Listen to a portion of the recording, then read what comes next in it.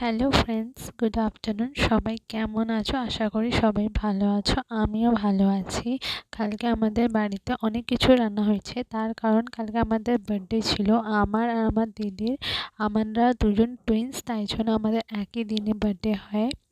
আর কালকে একটু বিজি ছিলাম, কেন কি গেস্টরাও এসেছিলো কালকে বাড়িতে, এই জন্য ভিডিও আপলোড করতে পারিনি। বার্থডে পার্টি হচ্ছিল একটু, তাই জন্য আজকে ভিডিওটা আপলোড করলাম।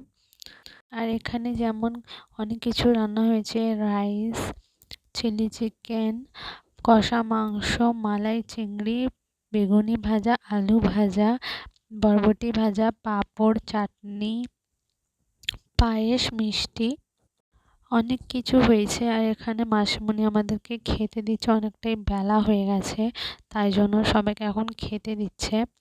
আর সব রান্না আমার মা করেছে, খালি চিলি চিকেন আর কষা মাংসটা পাপা করেছে। তো ফ্রেন্ডস, আজকের ভিডিও এখান অবধি। এবার আমরা খাবো। তো বাই ফ্রেন্ডস।